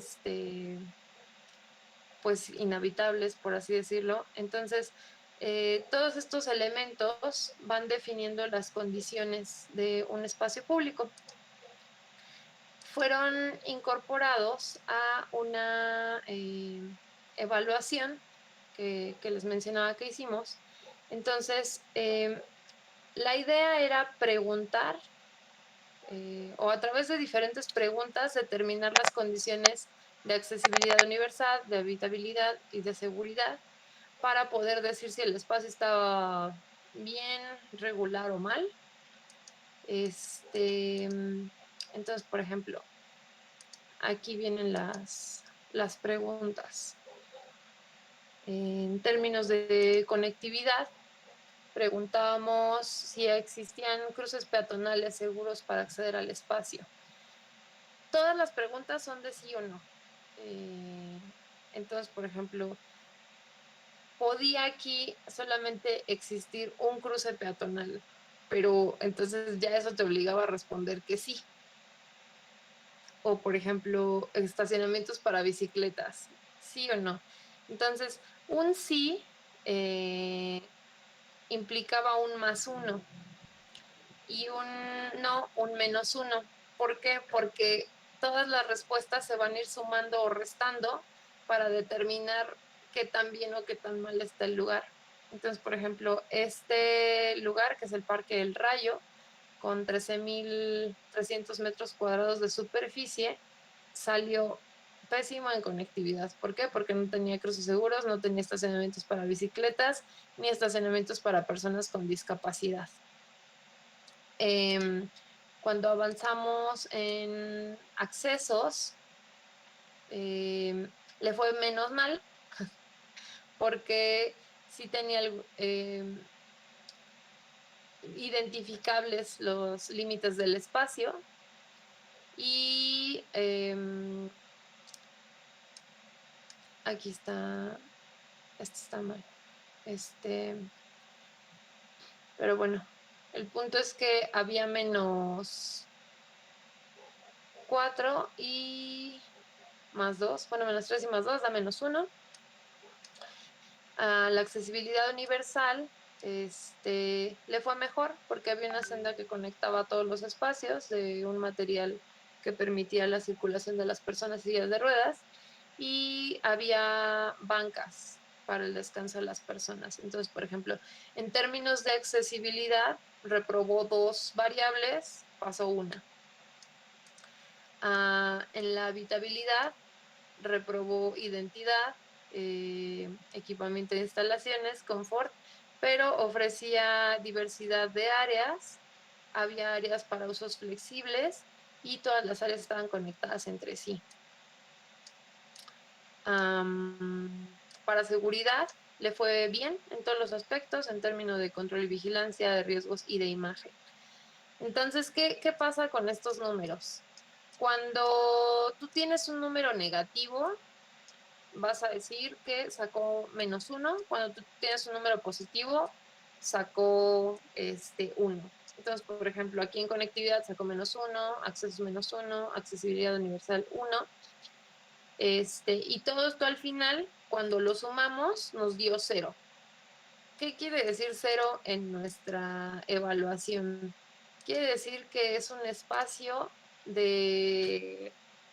que no urge atender, vamos a decir, porque esta herramienta fue diseñada para tomar decisiones, para decir qué era urgente atender y qué podía esperar, porque muchas veces las administraciones públicas terminan remodelando siempre el mismo espacio o terminan invirtiendo en los mismos lugares. Y entonces, ¿qué pasa? Que tenemos 1 o 2 excelentes espacios públicos en una alcaldía y la mayoría están mal, ¿no?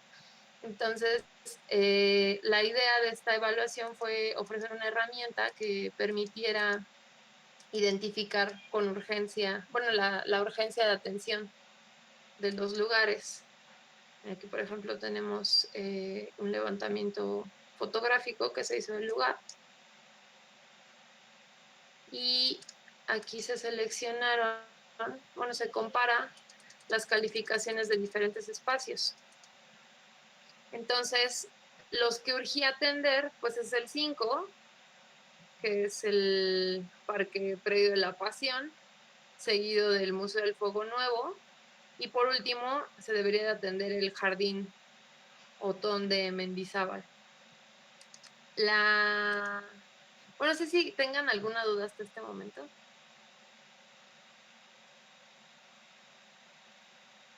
Ok, porque la tarea es que ustedes apliquen esta ficha en un espacio público de su elección. Sí, yo creo, Aline, perdón la interrupción, nomás, no sé si va a dar tiempo suficiente, yo no sé si tenemos que tal vez tomar todavía un ratito la próxima semana para que ya soltar me encantaría, podemos compartir el PDF, ¿no? Para que ustedes lo vean y lo consulten. Realmente, lo más importante es que esta metodología fue desarrollada para evaluar, por ejemplo, los 200 o sea, 120 parques, plazas y jardines en Iztapalapa, y es una evaluación que podíamos hacer muy rápido, ¿no? O sea, los parques, con el Google Earth se hace un polígono para establecer el área, y con el Street View podíamos desde el despacho con un equipo de alumnos de Notre evaluar, ¿no? A 100 espacios públicos en 3 semanas, ¿no? La idea, esto no es el proyecto para mejorar el parque, simplemente, aquí pueden ver las estadísticas, por ejemplo, de Iztapalapa. Se evalúan todos los parques de una manera muy sencilla con este método, y entonces la autoridad cuenta con una herramienta para tomar una decisión, para dedicar un recurso, concentrar un esfuerzo y tratar de identificar realmente cuáles son los sitios públicos más urgidos de atención en un municipio. O sea, este es simplemente una calificación rápida, orientado a la dirección del municipio, a la administración pública, para tener una estadística de decir, mira, vamos a irnos contra los peores parques, por ejemplo, en Iztapalapa, donde tienes diferentes como sectores territoriales, ¿no? Ellos podían establecer pues una política del municipio, podría ser, bueno, vamos a tener en cada sector, vamos a arreglar el peor parque en cada uno, ¿no? Entonces el recurso pues lo reparten de alguna manera más justa entre toda la población del municipio. Y, o sea, esto implica, una vez que seleccionas el parque, pues ahora sí tienes que hacer un levantamiento topográfico, tienes que contratar a un paisajista, tienes que contratar tal vez a un ingeniero civil, y se desarrolla un proyecto ejecutivo del parque, se tiene que consultar a los vecinos. Digo, todo el proceso que tiene que tomar lugar para que se desarrolle debidamente el parque ocurre después de esto. Esta es la herramienta que no tenían, ¿no? Digo, con que no cuentan. En el caso de Iztapalapa, no había una lista, el municipio no tenía una lista de los parques, plazas y jardines. O sea, la lista que les entregamos fue la primera vez que ellos los tenían todos listados en un mismo lugar, ¿no? Y en este caso ya preevaluados, ¿no? Simplemente alumbrado, por ejemplo. O sea, aquí podía sacar, esto es una base de datos, por eso todo es sí, no. El levantamiento, las preguntas las orientamos sí, no, porque no necesitamos saber nada con detalle. Si hay una banca y está rota, pones que sí hay banca, ¿no? Ya, o sea, el tema es que las diferencias y los contrastes son tan graves y tan grandes que esas sutilezas no importan. Ese no es el caso aquí, ¿no? Nosotros no buscábamos corregir los problemas específicos del parque, sino identificar más o menos el contenido en estos diferentes temas y calificarlos.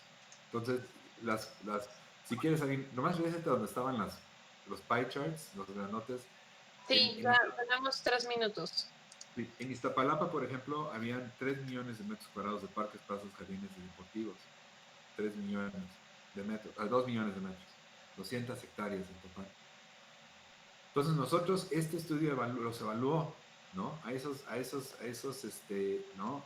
200, y hicimos ciertas observaciones porque hacemos una base de datos, por eso es sí, no, o sea, es un Excel que podemos leer de muchas maneras, ¿no? Podíamos simplemente tomar cuáles parques tenían -1 en alumbrado, ¿no? Y podíamos dar una estadística al presidente municipal, del director, del secretario de Desarrollo Urbano, una estadística muy general, vamos a decir, pero que te pone más o menos en el hemisferio de pensamiento, orientar tus decisiones, ¿no? Entonces, lo que queremos es que ustedes utilicen este formato porque las preguntas las orientamos, realmente, originalmente, cuando hicimos el primer estudio que fue para Naucalpan, la idea es que lo iba a hacer el departamento de mantenimiento ahí de áreas públicas. ¿no? Entonces teníamos que inventar las preguntas para que cualquier persona que pudiera leer, pudiera simplemente leer la pregunta y contestar sí o no, ¿no? O sea, digo, y así los capacitamos a las personas, ¿no? Al final lo acabamos haciendo nosotros porque lo que no había era tiempo para capacitar a las personas. Y fuimos modificando las preguntas y corrigiendo el ejercicio desde Naucalpan a Iztapalapa para mejorar, pues, y simplificar y hacer más claro, ¿no? Como el tema de la bancarrota, ¿no? O sea, cuando llegas te das cuenta que en esta evaluación no importa, si hay una banca, tienes que decir que sí hay, ¿no? Y luego ya se tomarán decisiones. Normalmente las diferencias entre un parque en +2 a un parque en -5 es abismal, o sea, es abismal, ¿no? Entonces, bueno, Tenemos que cortar. ya tenemos que acabar. Les pido una disculpa, no hemos acabado de traducir, ¿no? Todavía. No. Es que pensé, ya sabes, yo pensando que vamos a traducir así nomás, no, pues hay que trabajar. Nos vamos a tardar, yo creo que otros días para traducir ese ensayo para que ustedes lo puedan leer. Pero, pues pido, podemos compartir este documento, ¿no, Aline? Este es un documento que creo que incluso se entregó a la delegación en su momento, hace unos años atrás, pero es un monstruo de documento, pero yo creo que ustedes ahí pueden leer la metodología bastante y aquí más bien yo quería que Aline les dé una idea de cómo hacíamos el levantamiento del Parque Plaza Jardín, pero igual y sí lo pueden hacer, ¿no? Ustedes dirán. Vamos, se los lanzamos, Aline, ¿no? El formato está dentro del libro, tenemos que mandarles primero un PDF en formato en blanco, ¿no? Compartir en Sí, el Drive. les enviaría ambas cosas, el texto y la metodología para que la apliquen. Ok, esto es un ejercicio pues divertido, que vayan al Google Earth, seleccionen un parque, uno que ustedes conozcan, y hacen le hacen el poligonito nomás en Google Earth. O sea, esa área es con esa precisión, no necesitamos la precisión de ya sabes, que son exactamente 592.84 metros cuadrados, sino con ese poligonito en el Google Earth, ustedes ya pueden seleccionarlo para que tomen una foto, ¿no? Como viene aquí el formato del link. Si pasas además al formato de evaluación que teníamos, el final, que es una foto del parque en Google Earth y del poligonito, ahorita que enseñaste, el de los casos específicos. Nomás, un segundito. Esta sería una hoja típica, ¿no? Ahorita les mandamos los formatos y yo creo que es hagan el ejercicio, entréguenlo la semana que entra y lo platicamos y luego sí, adelante, Dinos, Jeanette. ya entendió. Sí, gracias. ¿Este documento que nos estás mostrando es la metodología? Sí, Bueno, sí, Ok. exacto. Este es el documento. Yo les voy a compartir que el gran Galino, déjame decir, este tiene 335 páginas. Evidentemente, pues la gran contenido de esas páginas son estas fichas de evaluación, ¿no? Entonces, es un documento, pues, que se entregó pues, a un municipio y todo. Es muy útil, describe la metodología y describe la razón de ser. No creo que la parte de lectura es muy grande, ¿no? Porque casi todo es la información ya de la evaluación parque por parque por parque, ¿no? Este, pero al final, en este primer ejercicio, pues yo pediría que seleccionen ustedes un parque en la Ciudad de México, donde quieran. O sea, digo, el chiste es que tengan Street View en el Google Earth para que puedan ver, si no es uno que esté cerca de ustedes, si quieren, yo encantado preferiría que hicieran una evaluación personal, ¿no? Se ahorran el Street View y pueden darle una vuelta al parque y contestar las preguntas. Luego me dicen cuáles preguntas se les hicieron malas o difíciles, todo eso se lo agradezco, la retroalimentación.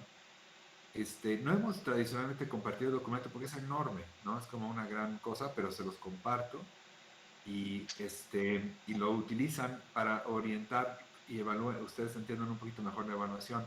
Pero acuérdense nomás que lo padre va a ser si juntamos las evaluaciones de ustedes en un documento, es interesante entender la estadística de calificación sobre muchos parques, ¿no? Y cómo podríamos tal vez como grupo decidir cuál es el peor de todos, ¿no? O cuál es el que más ayuda necesita. Entonces, la evaluación no la hace uno con una vista negativa ni positiva, sino altamente neutral. Es como una información básica que va a alimentar un Excel que va a sumar y restar y va a llegar a unos números, ¿no? Ah, entonces, no sé, se los compartimos por Drive, ¿verdad, Aline? Así es como, Sí, se los compartimos. sí, les mandamos un link, ¿no? Ahorita subimos las cosas y para Birkenhub yo creo que vamos a hacer lo posible para tenerlo en la próxima semana, Ajá. para que lo lean. Está lindo el ensayo y traducirlo es un reto bien interesante porque es bien bonita la escritura en inglés. Ah, eso lo complica mucho para el traductor. Ah, pero con esta lectura y esta evaluación creo que tienen mucho que evaluar y ver. Pues tomen un parque apliquen el formato y ya responderemos dudas y preguntas la semana que entra.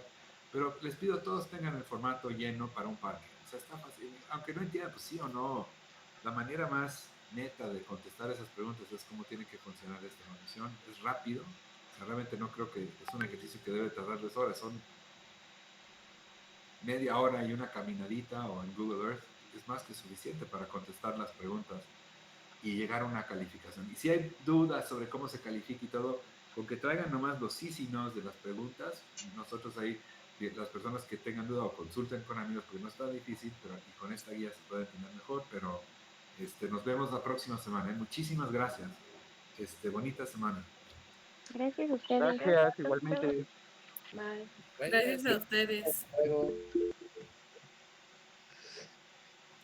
Estaba yo con la cámara apagada. Bueno, adiós, adiós. Adiós, chicos. Chicas, todos.